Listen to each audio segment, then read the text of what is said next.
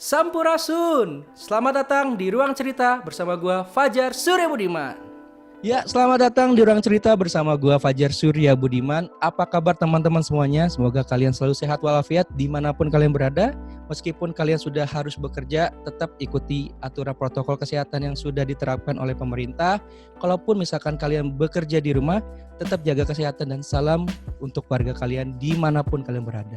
Di episode kali ini, senang banget saya sudah kedatangan Uda sayang sudah lama nggak ketemu secara langsung karena memang beliau juga sibuk, saya juga sibuk, dan beliau ini adalah salah satu orang yang menjadi panutan saya dalam dunia pertelevisian ataupun tentang organisasi ataupun dunia usaha karena beliau terlibat di berbagai macam organisasi. Salah satunya beliau pernah menjadi salah satu atau meraih predikat 40 Inspiration Young Entrepreneur dari HIPMI. Kemudian juga beliau pernah menjabat sebagai Ketua Komisi Penyiaran Indonesia periode 2016 hingga 2019 dan juga beliau pernah menjadi Presiden KPI sedunia.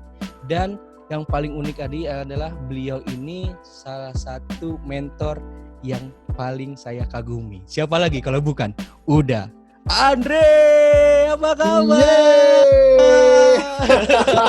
Assalamualaikum Uda.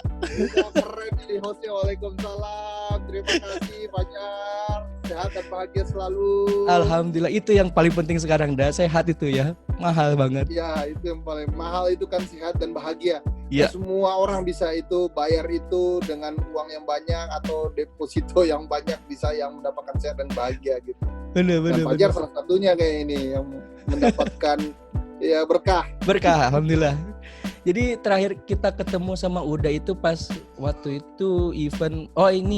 Beliau dilantik yang kedua pada saat itu. Beliau menjadi salah satu bagian juga di KPI dan ada event Hari Pers waktu itu kalau nggak salah. Hari Pers Nasional. Ya, Hari Pers Nasional. Kita ketemu biar diskusi sama mantan Pak Bos. Pak Bos. Ya, Bang Helmi ya. Kan masih berjuang kita bagaimana menata penyiaran yang benar-benar berkualitas dan bermanfaat bagi orang banyak ya. Cerita manis lah ya panjang banyak itu ya. Iya, banyak lah. Mudah-mudahan setelah ini lebih manis lagi, Bang Fajar. Amin. Anyway, sebelum kita ngomongin tentang KPI dan juga HIPMI dan lain-lain, tapi kita boleh tahu dong aktivitas Uda nih selama hampir mungkin mau menuju 4 bulan di kala pandemi ini, ada nggak sih hal-hal unik yang mungkin Uda belum pernah rasakan sebelumnya, baik itu dengan keluarga ataupun di dunia pekerjaan yang mungkin ini baru lo gue temuin selama pandemi ini. Boleh dong cerita ke teman-teman ruang cerita. Ya, sebelumnya saya salam lagi untuk ruang cerita dari teman-teman yang mungkin sudah mengikuti Fajar selama ini. Saya berbahagia sekali karena bisa berdiskusi dengan seorang anak muda dan tokoh muda kebanggaan saya juga yang selalu komunikatif dan aktif dan produktif dan kreatif menurut saya dan tetap konsisten ya Jar ya. Walaupun tidak di TVRI sekarang. Mudah-mudahan ini menjadi pola pikir anak muda yang lain yang mungkin bisa jadi role model menurut saya dan ini harus dipertahankan. Memang Jar ada kondisi yang berbeda. Bagaimanapun hidup itu kan selalu dinamik ya. Kalau statis itu menjadi sesuatu yang tidak sehat juga. Manusia diciptakan Allah Subhanahu Wa Taala oleh Tuhan Yang Maha Kuasa, tentu ada daya juangnya lah. Karena kita hadir di sini Fajar kalau dengan norma sainsnya ada kondisi biologis begitu jutaan sperma dan sel telur yang muncul malah Fajar, yang muncul malah Yuliandre. Kenapa enggak Yuliandri atau Fajrir atau siapapun gitu kan, ada dasar. Artinya manusia diciptakan itu pasti ada daya unggulnya dan saya yakin itu jangan pernah bersedih. Jangan pernah menyerah bahwa kita diciptakan oleh Tuhan menjadi nilai lebih. Nah, hari ini kita diuji dengan sebuah kondisi pandemi menurut Uda. Ini adalah ujian juga bagi kita bagaimana kita mampu beradaptasi. Kelebihan manusia itu kan beradaptasi ya Jar, dibandingkan yang namanya makhluk hidup yang lain, kita paling bisa gampang untuk segera beradaptasi. Nah, mudah-mudahan kita mendapatkan suatu gambaran khususnya anak muda ya, bagaimana mengimajinasikan ini menjadi sesuatu yang baik. Nah, Uda dalam rutinitasnya ada yang berbedanya adalah Pertama masalah keluarga.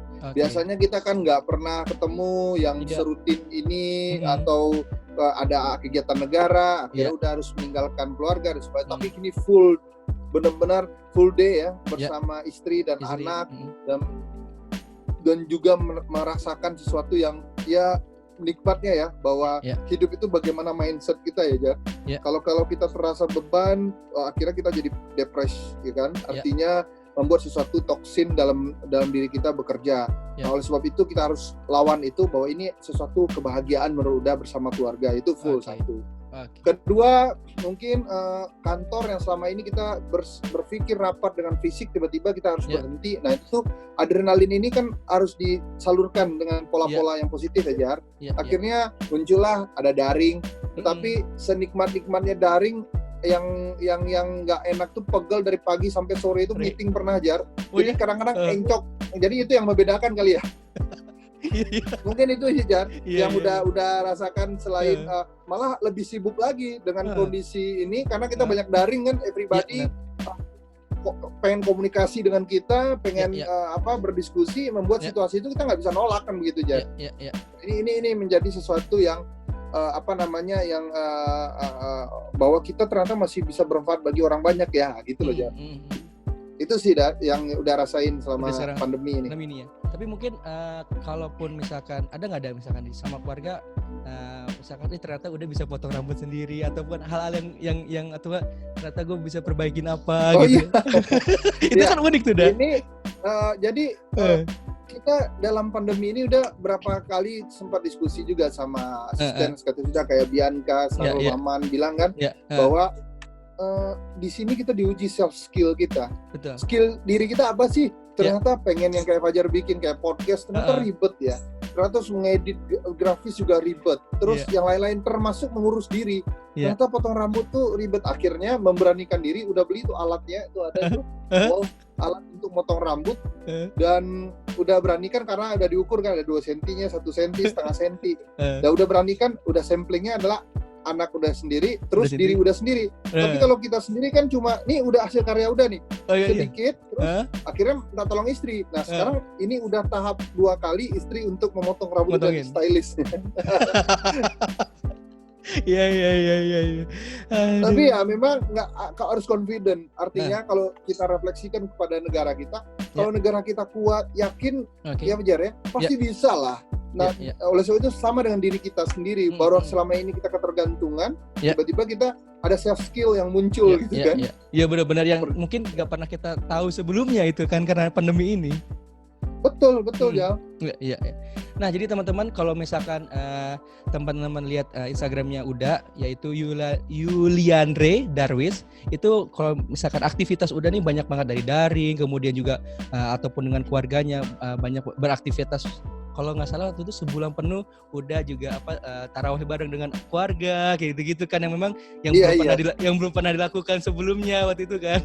Iya, sering itu pernah tuh. Poster itu udah naikin setiap ke Instagram ya untuk feed. Tapi lama-lama kok penuh Instagram dengan ini, kok jadi official poster gitu. Akhirnya udah delete aja tuh untuk mempromokan aja. Kan lebih enak ke visual diri kita atau keluarga lah menurut saya sih gitu.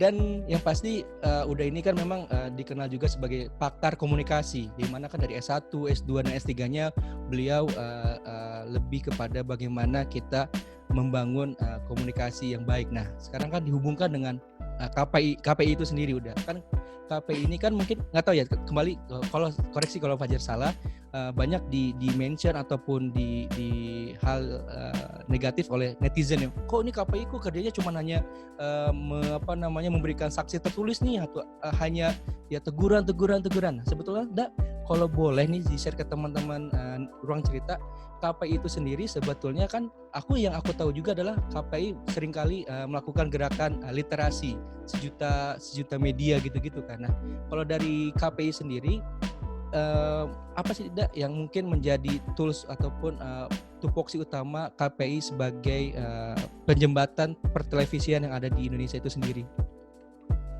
Ya, udah masih ingat diamanakan jadi sebelum KPI ada Ketua Umum Ikatan Sarjana Komunikasi se-Indonesia. ISKI.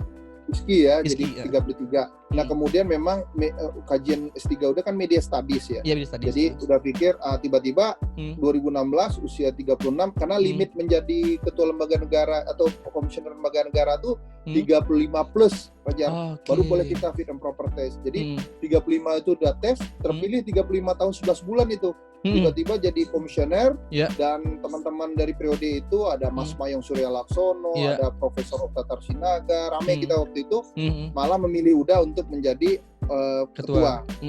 Karena mungkin paling bontot dan paling apalah kondisinya. Jadi karena yang muda itu sifatnya melayani ya. Jadi lembaga negara ini agak sedikit unik ya, Jar, karena kita itu nggak bisa ego. Walaupun ketua kita nggak bisa memaksakan diri.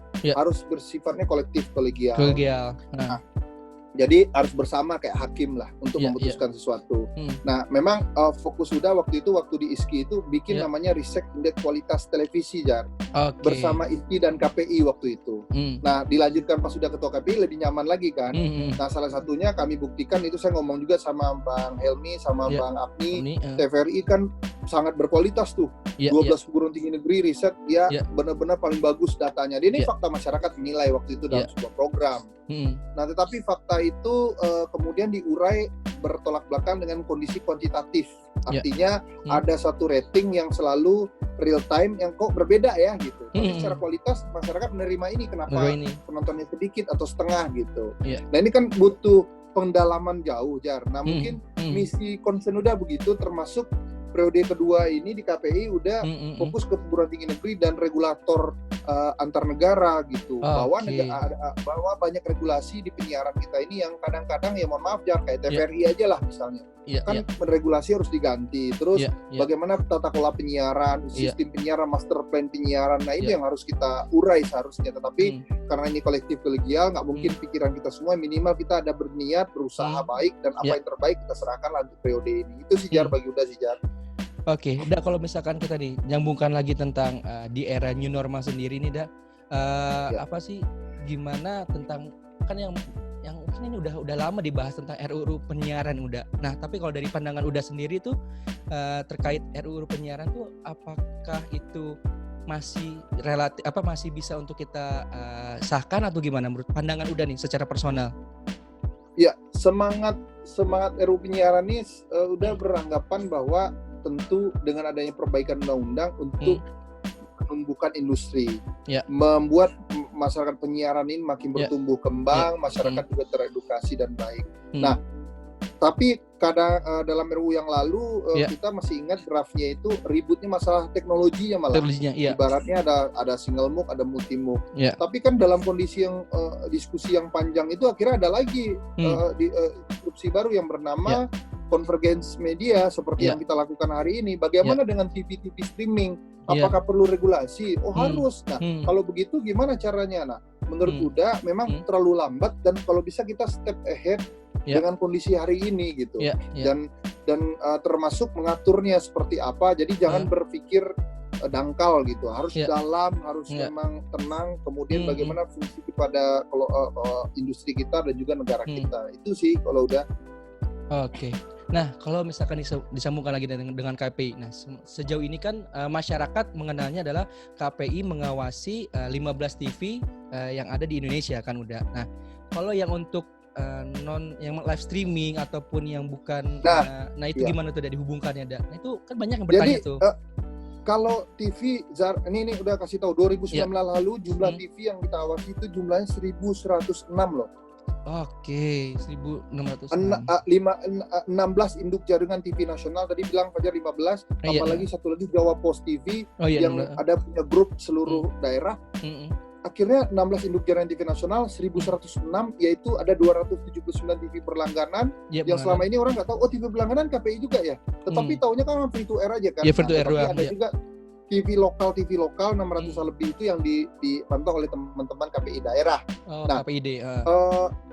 Apa yang bisa kita ini kan kondisi KPI ya. Kedepan ini kan sudah yakin karena ada undang-undang TVRI mau apapun pasti patuh lah. Yang permasalahannya bagaimana TV streaming yang beranggapan loh ini kan bukan daerahnya undang-undang penyiaran, ini undang-undang IT, yang penting nggak ada hate speech, ya gue tampil aja deh. Nah akhirnya ada muncul fairness, artinya ketidakadilan dalam sebuah regulasi. Kalau begitu pajak gua bayar pajak, artis setiap tampil di gua pajak di KPI, ya kan. Tapi kalau di TV streaming nggak perlu misalnya, atau kalau di TV free to air tuh 60% tuh minimal konten Indonesia. Iya, konten Indonesia, ya.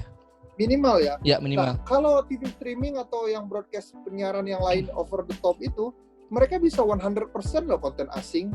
Artinya, ini kan harus diukur bagaimana kemanfaatannya untuk negara ini. Ini mungkin jadi bottom line ataupun yang kita garis bawahi ya Jar ya. Itu, dan kondisi hari ini membuktikan kondisi ini normal waktu PSBB yang lalu, bahwa opsional orang TV meningkat penetrasi 32% katanya dalam data Nielsen. Menyatakan 30% untuk teenagers nontonnya meningkat. Tetapi ada over the top yang subscribernya juga bertambah broadcastnya. Tapi dia happy, nggak ada regulasi ya. Akhirnya ya udahlah, bagus bisnisnya begitu daripada bisnis mainstream kata orang kan gitu. Nah ini kan industri juga saling intip kan begitu, Bang Fajar. Udah, kalau kita lagi kembali hubung. Nah sekarang kan yang sudah lagi hits-hitsnya lagi atau nge-booming lagi kan tentang terkait Netflix nih udah. Udah gimana jadi sebelum kita tadi memulai, udah izin dulu nih, aku boleh nggak nih bahas tentang Netflix? Ya udah, bahas aja kata udah. Gimana dulu tanggapan? Waktu udah ketua KPI dibahas sama Deddy Kobuzer, masih ada juga masalah Netflix juga kan. Tapi ya kami heboh. Makanya kan aku izin dulu nih, udah. Bagaimana tanggapan udah sekarang lagi panas-panas juga. Panas lagi nih. Pak Nadiem Makarim Mendikbud statement ya, ribut ya. Gimana pandangan udah secara personal Bang Andre terkait atau udah Andre terkait hebohnya lagi nih sekarang Netflix, apalagi kan udah muncul di TVRI juga kan, bekerja sama dengan TVRI untuk penyiarannya gitu udah. Udah nggak memungkiri, udah juga pengguna Netflix Fajar. Sama. Kalau bicara entertain, premium konten yang juga premium orang-orang pelanggannya juga pasti mereka menikmati yang namanya Netflix sebagai to entertain fungsi medianya. Jadi kalau bicara tentang educate, bicara tentang to inform, nggak hadir. Dia cuma to entertain di medianya. Nah, apa yang bisa diperkuat di sini ya semua orang bisa memilih itu. Artinya secara kualitas orang bisa milih kualitas premium, HD atau 4K, itu bisa dinilai. Itu hebatnya Netflix. Tetapi ketika dibawa kepada media formal terhadap negara, nah ini yang perlu kita koreksi. Kenapa? Pertama, udah ceritakan ada 1106 televisi loh, ada 2079 radio loh. Ini kan medium yang resmi, yang ada badan institusinya negara ini. Artinya mereka tumbuh dengan paham, dengan semangat Pancasila dan semangat yang namanya negara ini Undang-Undang Dasar 45 dan juga semangat Undang-Undang Penyiaran. Mereka paham. Kenapa nggak kita berikan ruang positif untuk mereka untuk melakukan aktualisasi, apalagi kondisi pandemi saat ini industri semuanya pada drop kan begitu. Nah tiba-tiba ada kebijakan pemerintah untuk memakai Netflix, kemudian memakai TVRI lagi sebagai kanal yang kita pahami bahwa semangat kita itu adalah nasionalisme yang kita junjung. Kenapa dulu kita dorong Mendikbud untuk memakai ruang TV khususnya TVRI misalnya pada jam pagi, itu kita everybody happy. Semua ada pendidikan ke sana, betul itu cara on the track begitu. Tapi ketika sudah masuk kanal badan institusi yang mohon maaf tidak ada institusinya di negara ini, kemudian kita percayakan, nah ini kan menjadi koreksi. Ada apa sih dengan penyiaran di Indonesia? Apakah bermasalah begitu? Nah kalau kita evaluasi dan koreksi, boleh silakan evaluasi, oh kontennya nggak bagus sebagainya. Tapi kan apakah begitu? Nah itu yang menjadi statement udah juga di kemarin di media. Nggak ada masalah, Netflix memang to entertain, tapi bicara tentang medium, to inform, to educate dan lain-lain sebagainya, tentu harus ada penajaman. Karena kita punya pusat film nasional, kita punya banyak lembaga penyiaran yang mungkin sangat produktif dan aktif untuk menciptakan konten-konten Indonesianis begitu. Ini menjadi koreksi pribadi, udah terlepas dalam kondisi kebijakan udah sebagai komisioner KPI. Tetapi inilah fakta yang harus kita urai dan diskusikan, bukan saling menyalahkan. Tapi kita ambil benarnya yang bagusnya yang mana, Jar. Kan begitu ya, Jar ya? Yang kalau jadi netizen kan banyak nanti manfaatnya nih. nanti. Benar-benar. Oke. Kalau misalkan bahas tentang Bang Uda Andre ini tidak hanya seorang pakar komunikasi, tapi juga beliau adalah pakar di bidang entrepreneur, yang dimana beliau juga bagian dari Kadin dan juga HIPMI. Nah, kemarin mungkin kalau udah juga dengar di podcastnya Fajar mengangkat nih udah beberapa UMKM yang lu ada promo apa yang gue bisa jual gitu kan. Kemarin udah ada kayak nasi kulit, es teh. Jadi dia mengangkat es teh menjadi barang yang brand yang mahal dan menjual tinggi gitu kan. Terus kemudian kita juga ada namanya KPK, warung Pak Karim namanya. Kantin Pak Karim. Padahal namanya unik-unik gitu. Nah, itu di setiap episode tuh Fajar selalu mengangkat teman-teman wirausaha gitu kan di UMKM-nya. Nah, kalau Uda sendiri di HIPMI itu apa concern Uda yang memang menjadi di fokus di tahun 2020 ini untuk teman-teman UMKM sendiri atau pada umumnya entrepreneurnya? Ya, Uda memang senang mendapatkan ilmu sebenarnya. Aktif di organisasi itu bukan karena sesuatu yang dianggap kita itu pakar di bidang bisnis atau apa, tetapi udah pernah berorganisasi mendapatkan update informasi dalam hal ekonomi. Nah, tadi bicara tentang misalnya Asri KPK ya kan, yang di depan ini di Rasuna. Dan banyak orang-orang kreatif lainnya. Nah, kebetulan memang di HIPMI ini udah periode udah banyak, dan kebetulan di periode sekarang periode Mardani Haji Maming ketua umum, beliau juga mencoba mempolakan karena orang daerah muncul ke pentas nasional, dari kelas mikro naik menjadi kelas middle naik menjadi kelas yang kelas atas atau kelas yang dianggap baik papan atas lah. Nah, itu tujuannya dalam sebuah nilai ekonomi. Tetapi dari segi kapasitas, yang namanya entrepreneur itu kan wirausaha. Jadi bagaimana semangat berwira itu menjadi perwira itu menjadi penting. Nggak peduli kita, rezeki ini kan Allah Subhanahu Wa Taala yang atur. Tetapi bagaimana kita berikhtiar menjadi semangat untuk tidak berhenti untuk berkreatif. Nah, kebetulan dia di Kadin diamanahkan oleh Pak Erik Hidayat, Wakil Ketua Umum bidang industri kreatif, udah salah satu Wakil Ketua Komtab bidang industri Komtab elektronik, dan khususnya penyiaran udah ya. Dan di situ juga ada bidang film, ada Pak Manoj di bidang, ada Pak Aris Hermannya juga di bidang pemilihan XS1, dan juga teman-teman Marcela Zalianti. Nah, ini kan beda-beda background. Nah, udah karena regulator di penyiaran itu udah bicaranya konteks penyiaran. Nah, itu yang menjadi di HIPMI udah kompeten humas dan komunikasi, bagaimana menyampaikan gagasan pikirannya. Di HIPMI Wakil Ketua Umum bidang komunikasi juga, karena background udah memang komunikasi. Ada yang menjadi masalah, Jar, adalah isu-isu yang mungkin bagaimana teman-teman muda ini sebenarnya bisa menembus batas menembus batas dan menuju perubahan. Kenapa? Karena banyak orang berpikir harus jadi anak orang kaya dulu untuk menjadi orang kaya, kan begitu. Dan ternyata ada generasi 2 dan 3 itu malah babak belur mereka, bisnis mereka. Bahkan muncul orang-orang yang originalitas yang kayak orang kampung udah aja di Padang misalnya, kayak si Iman Usman, Ruang Guru, bikin akhirnya menjadi sesuatu skala yang ini. Kemudian Fatih Timi Junior udah juga bikin kitabisa.com. Terus ada Ferry Unardi bikin Traveloka. Jadi orang Padang aja udah bisa bikin startup yang kemudian menjadi besar, kan begitu kan. Nah, apalagi Indonesia secara keseluruhan yang muncul juga kayak si William Tokopedia. Mereka ide-ide sebenarnya, Mas Fajar. Mereka nggak punya aset. Termasuk Pak Menteri sendiri kan, Pak Mendikbud nggak punya aset. Gojek orang ibaratnya kalau orang nih boykot semua asetnya, nggak jalan ini bisnisnya, begitu. Karena mereka hanya cuma punya sistem gitu. Dan share ekonomi ini ternyata nggak perlu punya modal. Dan hari ini ini dan teman-teman membuktikan bahwa bagaimana kita punya apa yang dibilang kalau dalam ajaran agama itu kan Rasulullah banyak teman, banyak saudara, akhirnya enak. Nggak perlu kita pakai marketing, billboard, TV, tampil semuanya misalnya kan. Kalau orang usaha mikro, ya kan, nggak perlu. Akhirnya antar temannya di WhatsApp grup aja mereka bisa jualan. Kemudian WA grup satu lagi bisa jualan. Belum lagi sosial media. Bayangkan kalau mereka laku, mereka bisa masak daripada naruh di toko belum tentu dagang mereka dibeli segitu banyak. Kalau ini pasti kan konsumennya. Kayak udah sama Fajar, Jar ada batagor, udah beli deh. Itu pasti kan. Iya. Yang aja. Iya, jadi benar. itu kan bisnis itu harus butuh kepastian, Jar. Iya. Jadi itu orang akan menjadi meningkat. Nah, inilah pola-pola anak muda yang mungkin udah bisa sharing. Ini kekuatan sebenarnya.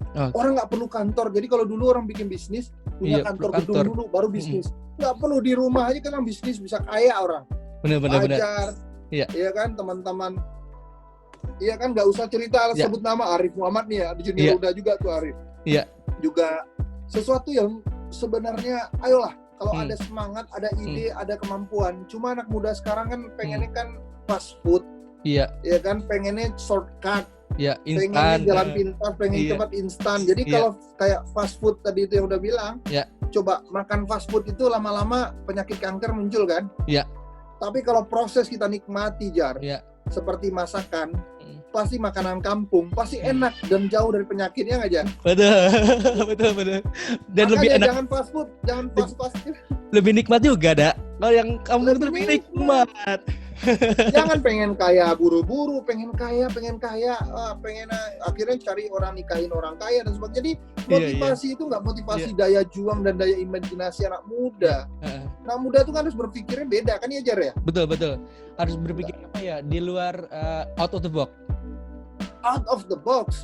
Kita nggak mungkin. Udah hari ini jadi ketua lembaga negara, 36 tahun termuda se Indonesia waktu itu. Tapi kan seiring usia udah uzur juga. Nah, tetapi dalam proses itu harus apalagi nextnya nih.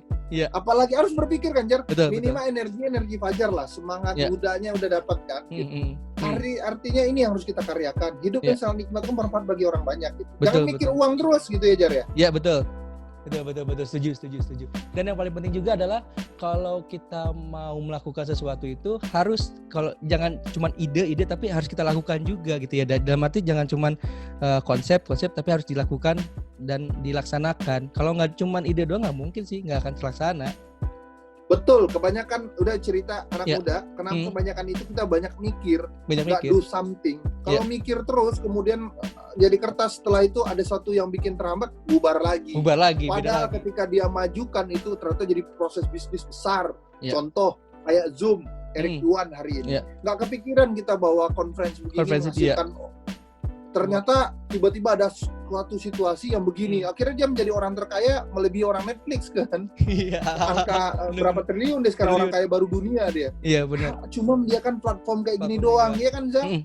Nah inilah yang maksud udah. Kenapa sih kita nggak memulai sesuatu tuh bahwa kita yakin harus istiqomah dengan apa yang kita mau buat. Jangan setengah-setengah. Kalau gagal, anggap itu jadi sertifikat sarjana kita. Kemudian naik lagi jadi S2, jadi S3 gitu. Tambah gelar lagi begitu. Nih, aku mengutip salah satu perkataan Uda di media sosial yang sering Uda sampaikan, hidup itu hanya satu kali, buatlah segalanya berarti. Ya nggak ada? Iya. Betul ya. Kalau ibarat main game, kalau hidup tuh ada 3 nyawanya, oke lah kita main-main dulu, Jar. Tak mati 1 masih ada 2 lagi lah. Tapi masalahnya Allah Subhanahu wa Ta'ala, Tuhan Maha Kuasa cuma kasih kita 1 nyawa cuma. Ngapain kita sia-siakan? Maksimalkan. Kalau gagal, hancur, rusak, bangkit positif lagi. Selagi ya kan? Betul. Jadi bermakna dan berarti. Oke. Udah, aku mau nanya lagi dong. Di harapan udah di tahun 2020 dari Uda personal, ada nggak sih hal mungkin setelah nanti after udah selesai dari KPI, apakah Uda akan kembali ke tanah rantau untuk membangun Padang atau ada do something lain yang mungkin Uda lakukan bersama teman-teman HIPMI atau Kadin Uda? Ya. Pertama memang banyak juga harapan bahwa Uda nih kan putra Minangkabau. Banyak juga orang pengen membangun ranah di Sumatera Barat.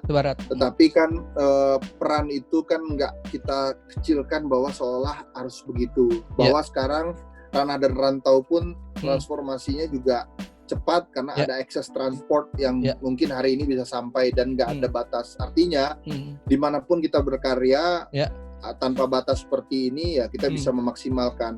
Dulu udah almarhum Papa pernah pesan kalau bisa menjadi seorang profesor atau guru besar. Memang dalam perjalanan hidup Uda dulu S1-nya agak lama, Jar, karena pernah jadi presiden mahasiswa di Universitas Pajajaran. Jadi aktif itu lama, tetapi udah yakin kan udah telat tamat, 24 tahun ya satu ya 24 tahun setengah ya kan lama 24 tuh. Dan tetapi udah buktikan udah gelar doktor udah 29 tahun 11 bulan udah PhD duluan dibandingkan teman-teman yang duluan cum laude yang di Malaysia ada ya udah bilang. Jadi hidup itu nggak bisa menyempurnakan seolah orang tuh sukses duluan, enggak, masih sukses itu tiap hari bisa kita kejar, benar nggak Jar? Benar. Oleh sebab itu mungkin ini udah pengen capai juga menjadi guru besar bidang komunikasi, apakah di fokus di brand broadcast. Ataupun yang paling itu yang mungkin udah pengen capai. Tapi ada juga yang mendorong kenapa nggak jadi politisi saja begitu. Nah orang kan kalau politisi ini kan memang harus siap batin ya. Betul. Dan tentu adalah mungkin bisa jadi arah politisi orang, tapi politisi pula kita kan nggak begitu. Jadi akademisi kita nggak akademisi. Jadi mana rasa jiwa kita ini nyaman dan kira-kira bisa bermanfaat bagi orang banyak. Bagi Yuda sih salah satunya harus jadi guru. Minimal jadi guru, jadi dosen nih pasti ilmunya pasti mahasiswanya akan bertumbuh terus dan 100% ilmu minimal 40% pasti dia cerita, iya dosen saya Pak Yuli Andre pernah menyatakan, nah ini ilmu kita masih bermanfaat ya. Benar nggak? Benar. Dan kalau masalah yang lain ya udah sih pengen masih belajar bisnis banyak hal, jadi masih mencari ruang selalu berbisnis ya kan, kayak bikin kemarin production house, bikin film dan macam-macam sebagainya. Tapi itu kan nggak ada yang statis Jar. Betul. Itu akan fluktuatif terus. Oleh sebab itu carilah teman, carilah sesuatu yang bisa berkolaborasi. Apalagi zaman sekarang kolaborasi ya Jar, nggak bisa besar sendiri. Betul. Nah mungkin cita-cita poinnya itu aja sih, bermanfaat bagi orang banyak. Salah satunya memang guru besar di bidang komunikasi. Itu, Oke. Dan apa sih sekarang nih kalau di zaman sekarang kalau kita nggak kolaborasi itu nggak akan terjadi ada. Karena kalau dengan kita kolaborasi itu semuanya akan lebih jadi mudah. Begitupun dengan pandemi ini. Kalau kita sama-sama kolaborasi untuk menyelesaikannya pandemi dengan bareng-bareng, itu akan cepat berlalunya nih pandemi. Bener nggak ada? Betul. Betul. Coba kenapa manusia makhluk sosial? Karena itu salah satunya supaya nggak cepat tua, nggak sakit-sakitan gitu. Iya. Ini Bang udah Andri ini tetap awet muda sampai sekarang nih. Karena kolaborasi terus. Iya, betul Jar. Terakhir udah cakep.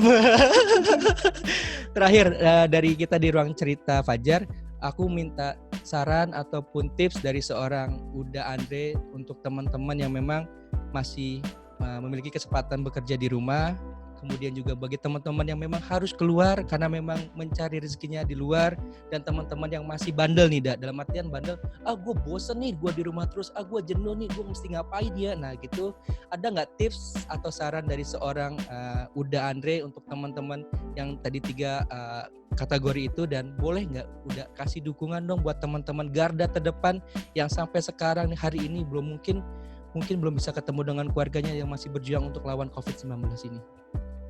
Ya, kita sadar bahwa situasi ini bagian dari intervensi Tuhan ya, bahwa dan kita harus sadar bahwa kita kembali ke yang satu.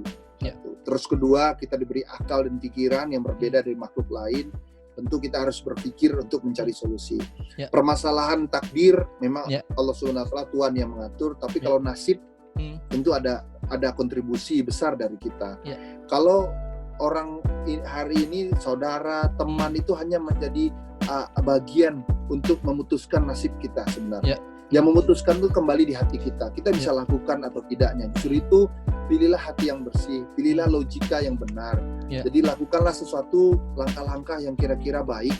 Yakinlah kalau langkah-langkah baik pasti malaikat ada di sana. Tapi kalau teman-teman lakukan sesuatu yang shortcut, yang ini, yang saya pikir malaikat pun boro-boro bantu, paling gosipin kita. Itu bahasanya. Itu satu.